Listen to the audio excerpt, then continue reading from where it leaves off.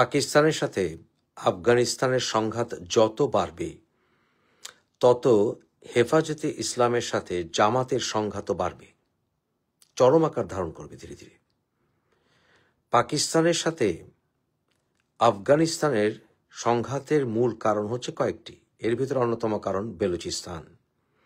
কারণ ঐতিহাসিকভাবে বেলুচিস্তান আফগানিস্তানের অংশ ছিল যতক্ষণ না পর্যন্ত ব্রিটিশরা বেলুচিস্তানকে পাকিস্তানের অংশ না করেছে। ঐতিহাসিকভাবে বেলুচিস্তান আফগানিস্তানের অংশ, কিন্তু বেলুচিস্তানকে পাকিস্তান ছাড়বে না। মূল কারণ হচ্ছে সিন্ধু নদী। সিন্ধু নদীর একেবারে মুখটা গিয়ে নিচে পড়েছে বেলুচিস্তান হয়ে, এবং সেখানে চায়নার ইন্টারেস্ট আছে, বিশাল পোর্টের ইন্টারেস্ট। ভারত আফগানিস্তানে যথেষ্ট ইনভেস্টমেন্ট করেছে এবং বিভিন্ন ইনফ্রাস্ট্রাকচার ডেভেলপমেন্টের কাজে জড়িত। ভারতীয় র এজেন্টরা আফগানিস্তানে ছড়িয়ে গেছে। আফগানিস্তানে ভারতের ব্যাপারে তাদের পারসেপশন খুব ভালো, কারণ ভারত বেলুচিস্তান ইস্যুতে আফগানিস্তানের পাশেই আছে। কিন্তু তালেবানরা পাকিস্তানকে দেখতে পারেন অনেক কারণে। মূল কারণ হচ্ছে তালেবানদের ভেতরে বিভিন্ন এজেন্ট ছড়িয়ে দিয়েছিল এই পাকিস্তান জামাতি ইসলামের নেতাদের মাধ্যমে। বাংলাদেশের অনেক জামাতি ইসলামিক নেতা তারা বিশ্বের বিভিন্ন স্থান থেকে তারা আফগানিস্তান গিয়েছিল গত 20 বছরে। আমি বেশ কয়েকজনের নাম জানি, আজকে নাই বললাম।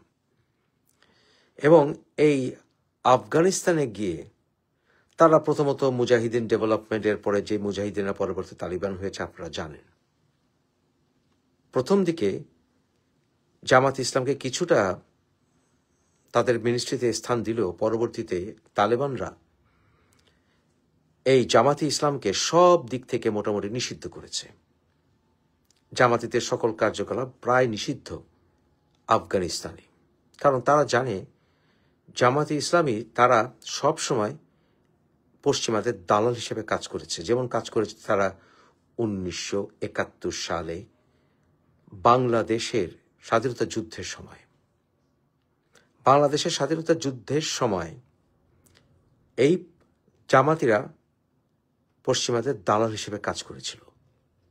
তাই এখন তারা পশ্চিমাদেরকে বলে, আমাদেরকে সাহায্য করো, আমাদের নেতারা তো ফাঁসিতে ঝুলেছে, মূলত তোমাদের পক্ষে, পাকিস্তানি সেনাবাহিনীর পক্ষে সহযোগী হিসেবে কাজ করার জন্য। তাই এই জামাতিদের কাছে পশ্চিমারাও দায়বদ্ধ। জামাতিরা তাদের ট্রাস্টেড সার্ভেন্টস সবসময়। আইয়ুব খানের সময়েও সেটা প্রমাণিত হয়েছে। এই তালেবানরা তাই সিদ্ধান্ত হচ্ছে জামাতিদেরকে কোনো মতেই টলারেট না করা। জামাতিদেরকে টলারেট না করা মানে হচ্ছে হেফাজতিদের সাথে থাকা।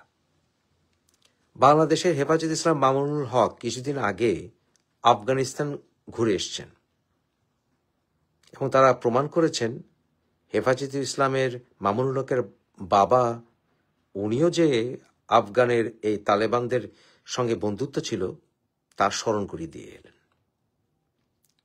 এমনিতে তো হেফাজতের সাথে জামাতিদের সমস্যা আছে আকীদাগত। আমি আপনাদের বলেছি, জামাতিরা যদি সরকারে যায়, হেফাজতিরাই তাদের বিরুদ্ধে সবচাইতে আগে জিহাদ করবে। এই হেফাজতি বা দেয়বন্ধরা কিন্তু দেশ বিভাজনের সময়ও তারা দেশ বিভাজনের বিরুদ্ধে ছিল। এই হেফাজতিরা কিন্তু মূলত স্বাধীনতার পক্ষের শক্তি। তারা বাংলাদেশের স্বাধীনতা চায়, পাকিস্তানের বিরোধী তারা। এই পার্থক্যটি আপনাদের কিন্তু মনে রাখতে হবে। যেহেতু আফগানিস্তানের সাথে পাকিস্তানের দ্বন্দ্ব সমাধান হওয়ার কোনো চান্স নেই, তাই হেফাজতে ইসলাম দেখবেন সামনে স্বাধীনতার পক্ষে আরো বেশি বেশি করে স্লোগান দেবে, বেশি বেশি করে কথা বলবে, পাকিস্তানিদের প্রতি তাদের ঘৃণা আরো বেশি করে প্রচার করবে। একটু মাইন্ডকে চিপায় পড়তে পারে চরমনাইরা। যাই হোক, কিছুদিন আগে আপনারা দেখলেন ইজিপ্টে প্রেসিডেন্ট ট্রাম্প ওই গাজার যুদ্ধবিরতির পরে যেই শান্তি সম্মেলন করেছেন, সেখানে ডোনাল্ড ট্রাম্পের নোবেল প্রাইজ পাওয়া উচিত বলে পাকিস্তানের প্রধানমন্ত্রী কি চামচামিটাই না করল, কারণ এটাই হচ্ছে তাদের মোক্ষম সময় ভারতকে সাইড করা, পাকিস্তানের চামচামি করা এবং জামাতকে দিয়ে বাংলাদেশে ইনফ্লুয়েন্স বাড়ানো। এইটাই তাদের লক্ষ্য। তাই সামনে দেখতে পাবেন হেফাজতে ইসলামের পুরো ভুল পাল্টে গেছে। আর ও যে ইল্লু পিঙ্কুরা, তারা যত জামাতিদেরকে মানে প্রশংসা করবে, তত বেশি এদেরকে সাইডলাইন করবে এই মামুনুল হকরা। মাইনকা চিপে পড়েছে ওরাও, কারণ ওরা জানে এই ইল্লু পিঙ্কুরা জামাতিদের দোসর, হেফাজত তাদেরকে আর ট্রাস্ট করবে না। বাংলাদেশে এই কথাটি বুঝেই বিএনপির সালাউদ্দিন ভাই কিছুদিন আগে হেফাজতের সাথে বৈঠক করে এসছেন। বুঝলেন তো? সামনে দেখতে থাকেন কি হয়। ভালো করে ঠিক মতো খেললে আমরা সামনে হেফাজত এবং জামাতিদের সংঘর্ষ আরো বৃদ্ধি পেতে দেখব, নিশ্চিত।